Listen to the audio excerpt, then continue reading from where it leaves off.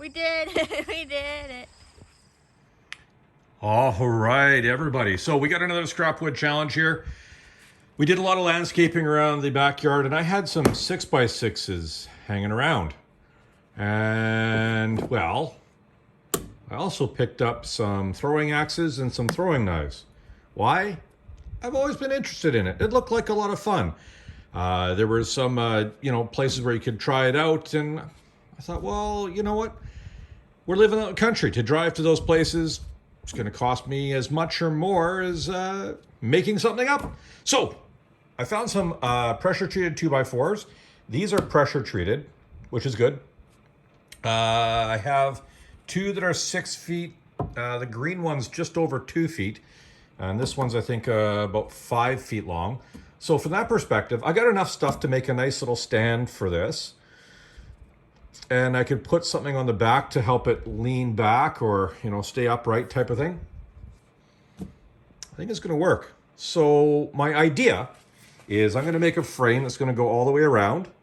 I found a sheet of 3/4 inch pressure treated plywood that it's a small little piece, but if I rip it down into little strips, it will actually support the back of these blocks. So the blocks will be proud and true. There won't be anything metal for the knives or the axes to hit. My neighbor and I can goof around when the kids are in bed and things are safer and dogs are behind fences and all that kind of good stuff. I think this could be a lot of fun. No beverages involved. I don't drink, thankfully. I'm much of a nutcase sober, so I'd hate to see myself not so. Let me work on this. I'm going to get the frame all set up, and let's kind of get a sense if this is going to work or not. Worst case scenario, I just cut up a bunch of wood for nothing. Oh well, you know what? I get to make a mess tonight. Okay, so we have the basic idea done up here. This is going to be just a butt joint, screws going down, going across the top. It's not level yet, don't worry about that. And then coming down this way, there's a butt joint here with screws going this way. That way, these 6x6s will sit on here.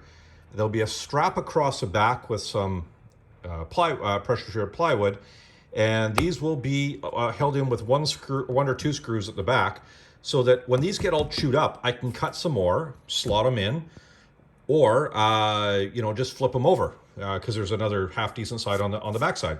So from that perspective, it should last a long time. And again, scrap wood challenge, but more importantly, I found some old ceramic screws that I used for a project that I took out, and they're sitting there. So honestly, this is not going to cost me anything. All this lumber was sitting in the shop doing nothing. So let's have some fun with it. So the whole frame is cut, put together. I have the 5 back stays that are going to hold each of the blocks in place. I did make sure that while the blocks were sort of in the frame, it's good to do it so that you make sure it's all the right size anyways. 1, 2, 3, 4, 5 marks on either side. So I know exactly where to put those pieces of pressure treated plywood so that they don't, I keep them straight across. So it's going to look better in the long run. So one little tip, put those in before you do it, or you can always measure it out, I guess. I don't know, I find sometimes practical is simpler and easier. So let me get those screwed on, and then we get to add some blocks in and see how this is going to look. Well, we got the first row in. So all the slats are done in the back. Again, just 2 screws, and they don't go nearly far enough for anything to connect with. Coming around the side, to the front. There we go. First row in. Worst case scenario, if some are tight or whatever, I can always hit them on the belt sander. I don't think I'd throw them through on the planer or thicknesser. I don't think they're long enough for that, but this works pretty good. I'm going to finish this up, and then we'll see what it looks like.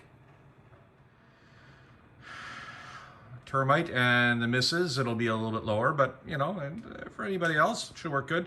You can really see how even each of those blocks are. Oh my goodness, I had to sand a few down to get them to all to squeeze in. But hey, it works. I'm happy. So there we go. A one evening scrapwood challenge. I'll probably make some additions to it. Maybe I'll work on it tomorrow morning. Put a third leg that way so it'll stand up by itself. And what else should I do? Make that hinged?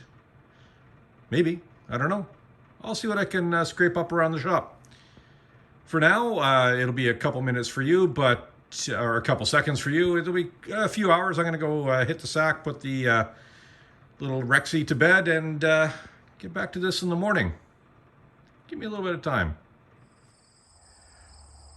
All right, so here we go. All done. You can see, yeah, I used it a bit, but doing end grain.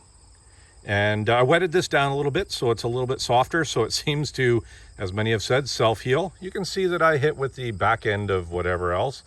I got to work on some technique, do some more investigation on the internet. To hold it up, it's fairly simple. I just attached a 2x4 and drilled through a 3/8 inch lag bolt.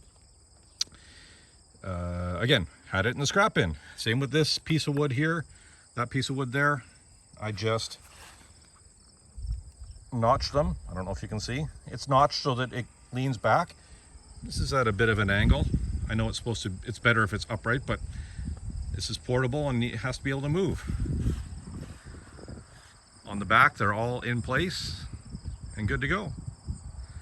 So termite was helping me pick them up off the ground, but this is one way to make a small portable throwing target for knives and axes.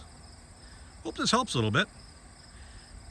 I think the entire cut list is one 10-foot 6x6, two 6-foot 2x6s, and one 8-foot 2x6. Anyways, have a good one. Go make a mess. Go throw something, see if it'll stick into some wood, have some fun, and then clean it all up afterwards.